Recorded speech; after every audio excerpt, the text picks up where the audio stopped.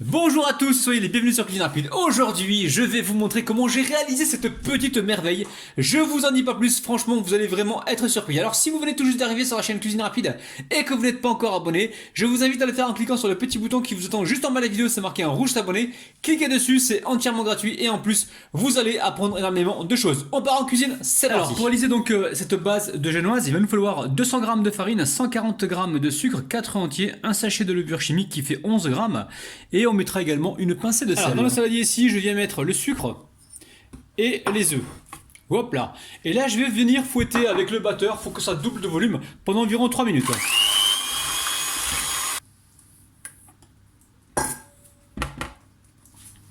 Et là, avec tendresse et délicatesse, on va venir donc mélanger gentiment comme ceci.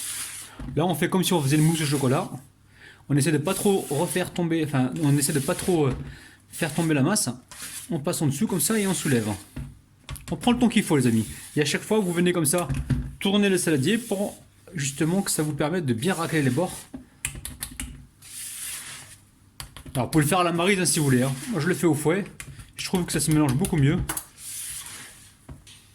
Allez, j'ai récupéré mon moule. Donc, le moule magique, vous connaissez très bien. Alors ce moule là les amis, je sais qu'il est difficile à trouver, on en trouve un petit peu sur Amazon.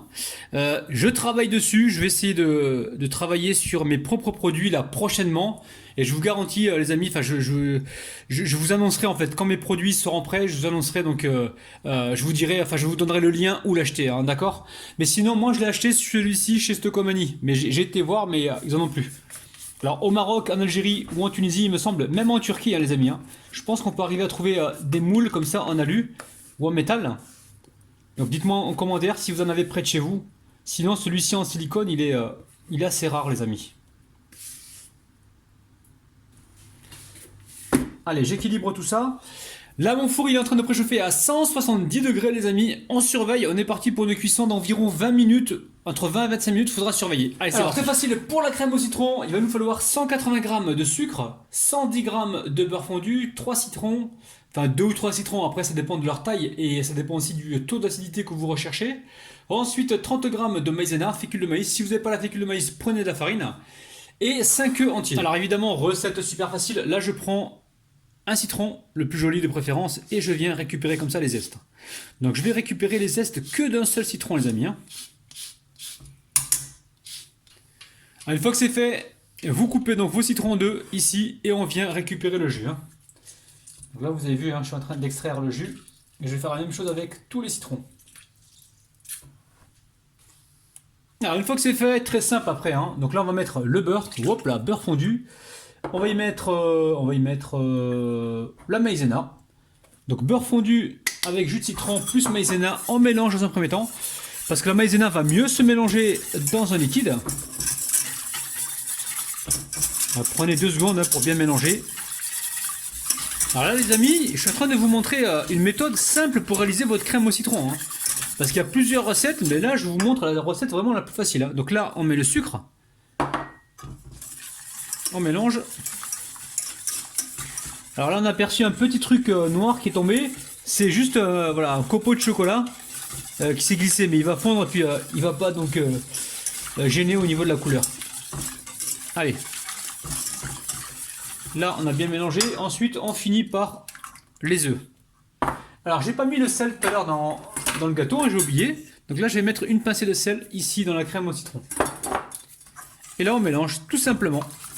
On mélange juste avant d'aller sur le feu. Allez, là on est sur un feu moyen, on s'arrête surtout pas de mélanger. Là le but du jeu c'est de mélanger, on va dire, dès que ça bout, dès qu'on voit les premières ébullitions, on va compter environ 1 à 2 minutes pour être sûr que la fécule soit cuite. Hein.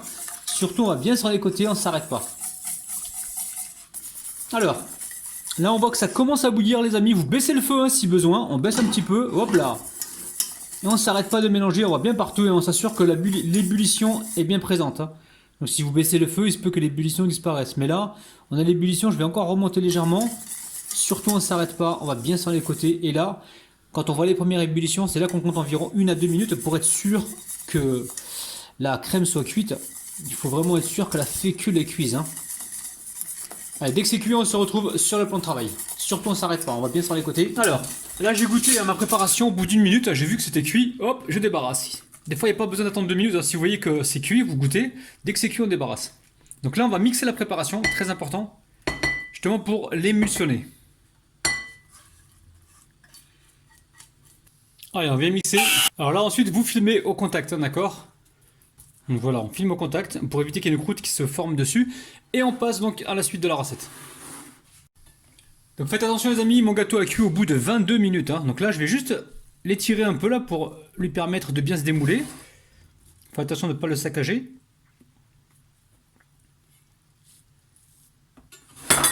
Donc là, il est encore un petit peu tiède. Peut-être que j'aurais dû le démouler quand il était encore plus chaud que ça, parce que là, il a tendance à coller un petit peu. Allez, on va choper une assiette. Voilà, on dépose une assiette par-dessus. Hop là. Et je retourne le gâteau. Et là, il va falloir être habile et délicat, les amis. Là, je vais essayer de faire entrer un petit peu d'air. Là, c'est en train de se démouler, donc gentiment. On la retire. Ouais, c'est pas mal, les amis, c'est pas mal, c'est pas mal. Allez-y toujours tout doucement, les amis. Ou alors, soit vous le démoulez tiède, ou soit vous le laissez complètement refroidir, hein, d'accord? Donc là, pour l'instant, on laisse de côté, on laisse refroidir, et ensuite on pourra donc passer à la suite de la recette, les amis. Vous allez voir, c'est super facile. Alors la famille, vous allez pouvoir mettre un sirop d'imbibage si vous le voulez, si vous le souhaitez, les amis. Mais moi, je préfère pas. Pourquoi? Parce que regardez, c'est super moelleux, c'est trampolinable, et en plus, donc là, on met la crème citron, on va mettre un glaçage brillant dessus qui est légèrement sucré. Alors si vous mettez encore un imbibage, vous allez vous retrouver avec beaucoup de sucre, et je vous déconseille. Donc là, la crème au citron, elle est tiède, les amis, hein, d'accord? Donc elle est tiède, on va venir ici la fouetter. On la fouette avec le fouet. Si vous voyez qu'elle n'est pas assez lisse avec le fouet, vous prenez le robot, les amis. Hein. Je récupère donc le batteur et je fouette. Voilà, les amis, c'est prêt.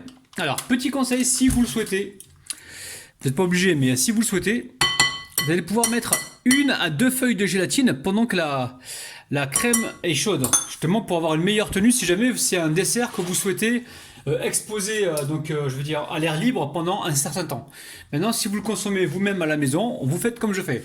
Si vous décidez, je vais encore me répéter, si vous décidez de le laisser sur une table pendant plusieurs heures, dans ce cas-là, mettez 2 feuilles de gélatine, hein, ok? Voilà les amis. Alors, hop. Allez, on récupère la maryse comme ça et on vient étaler gentiment. Allez, une fois qu'on est bien parti sur les côtés comme ça, on récupère une spatule comme ça et on vient lisser la surface. On essaye d'avoir quelque chose de bien plat, les amis, hein, d'accord? Allez, j'amène ça tout de suite au frigo, donc bien refroidir. Hein. Je vous dis sincèrement, moi je vais la laisser peut-être la veille pour le lendemain, ou sinon vous la laissez tranquillement 4-5 heures au frigo, il faut que ce soit bien frais. Alors, on va réaliser un glaçage tout simple. Donc là, il va nous falloir 140 g d'eau, 80 g de sucre et 2 feuilles de gélatine bovine. Donc c'est la gélatine halal bovine et vous prenez celle que vous avez, les amis. Là, chaque feuille font 3 g parce que la gélatine bovine est plus épaisse que les autres gélatines. Donc là, j'ai au total 6 g, hein, d'accord, 6 g de gélatine. Donc très simple, là je mets le sucre avec l'eau. Hop, là il y a un petit truc qui s'est mis dedans. Je viens mélanger comme ça et j'amène ça à bouillir sur le feu pendant environ 30 à 40 secondes. Juste à bouillir. Donc là, ça fait environ 40 secondes que ça bout. Hop là, j'éteins le feu et on passe à la suite. Alors ici, je viens égoutter mes feuilles de gélatine. Donc hop là, on retire un maximum d'eau. On les presse comme ça. Une fois que c'est fait, je mets ça là-dedans. Très simple, vous allez voir. Et ensuite, je récupère donc ma casserole avec le sirop. Donc sucre et eau. Hein. Vous avez vu, on a laissé bouillir environ 40 secondes. Hop là, quand c'est fait, très simple, on mélange.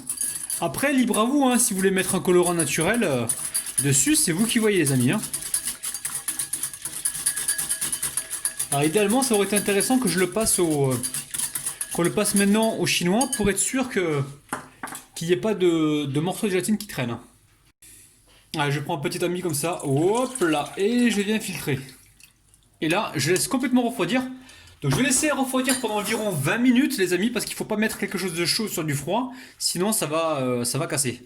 Donc là, je vais laisser reposer environ une vingtaine de minutes, et dès que ça sera froid au toucher, je vais pouvoir Donc là, couler directement sur le gâteau. Si vous laissez trop longtemps, environ 1 heure ou 2, ça va figer. Il va falloir réchauffer pour la laisser encore refroidir, ça va être compliqué. Donc respectez bien ça, au bout de 20 minutes, on verse directement sur le gâteau est très froid, et ici, je vais verser donc ma gelée qui a refroidi les amis. Hein. Ça fait 20 minutes environ, oh là là, ça brille tout ça. Et hop, alors est-ce que c'est plein? Voilà. Là, ça repart tout de suite au frigo les amis. Les amis, je suis en train de décorer mon gâteau avec de la nougatine achetée dans le commerce. Donc voilà, je l'ai cassé en petits morceaux. Et je suis en train de décorer avec. Alors les amis, je vais vous parler de Nacera. Donc Nacera, c'est qui? Alors vous savez, j'ai fait un test ADN il n'y a pas très longtemps. Et de temps en temps, ce test ADN là, la marque en fait en question m'envoie régulièrement des correspondances ADN. Donc je me suis dit, je vais en contacter quelques-uns pour leur dire, leur passer un petit coucou. Et donc là, il y en a qui m'ont répondu, d'autres qui m'ont pas répondu. Et là, il y a Nacera qui m'a répondu. Et donc elle m'a dit, voilà, elle m'a dit, on a discuté ensemble, on a donc un petit lien de parenté, et en fait on s'est parlé un petit peu sur Instagram, et elle m'a dit qu'elle avait donc son père qui était originaire de Boukanoun, donc Boukanoun c'est en Algérie, et puis moi mon père lui est originaire de Afir, donc Afir c'est au Maroc, mais c'est à la frontière algérienne en fait. Et donc voilà, c'est bon, on est rentré donc en contact et je lui ai promis, je lui ai dit donc je vais la dédicacer donc dans une de mes vidéos. Donc Nacera, je te fais une grosse dédicace. Alors la famille, on va couper donc ce gâteau. Franchement, il a l'air super mignon le petit gâteau là. Alors je vais vous parler un petit peu de mes résultats ADN, vous allez vraiment être surpris les amis. Alors déjà, j'ai 20%, donc alors les 20% que j'ai c'est ibérique. Donc ibérique c'est espagnol, portugais. Et après j'ai 80%, donc 80%, donc une grande partie, écoutez-moi bien les amis, une grande partie d'Algérie. Ça a vraiment été la grosse surprise. On est vraiment, comment dire, le test il est vraiment centré sur l'Algérie, après un petit peu sur la Tunisie, un petit peu sur l'Égypte, mais très peu sur le Maroc. Le Maroc c'est vraiment à la frontière algérienne. Donc voilà la petite histoire du test ADN de Rabinou les amis. Donc si vous voulez en savoir plus, dites-moi là en bas dans les commentaires, je me ferai un plaisir de vous apporter plus d'informations. Donc là on coupe, là j'ai chauffé mon couteau, hein. On va couper donc une jolie part. Donc bismillah les amis, on se met bien au centre. Hop là, donc là c'était au frigo les amis hein, le gâteau, d'accord? Donc là je vais essuyer à chaque fois. Donc j'espère que comment on appelle ça, la gelée elle a bien prise. Ça fait à peine, même pas 1 heure que j'ai mis ça au frigo. Donc laissez de votre côté bien le prendre au frigo pour avoir quelque chose de bien net. Les amis, comme d'habitude, vous aimez bien le 1, 2, 3 les Bokawa. Donc je vais faire un plaisir de le faire, le petit 1, 2, 3. 1, 2, 3 les amis. Alors on y va, soyez prêts. 1, 2, 3 les amis. Les Bokawa les amis, c'est un truc de dingue.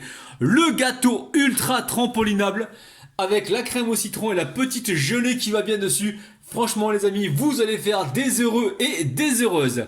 La famille, comme d'habitude, prenez soin de votre petit palais. Bye bye.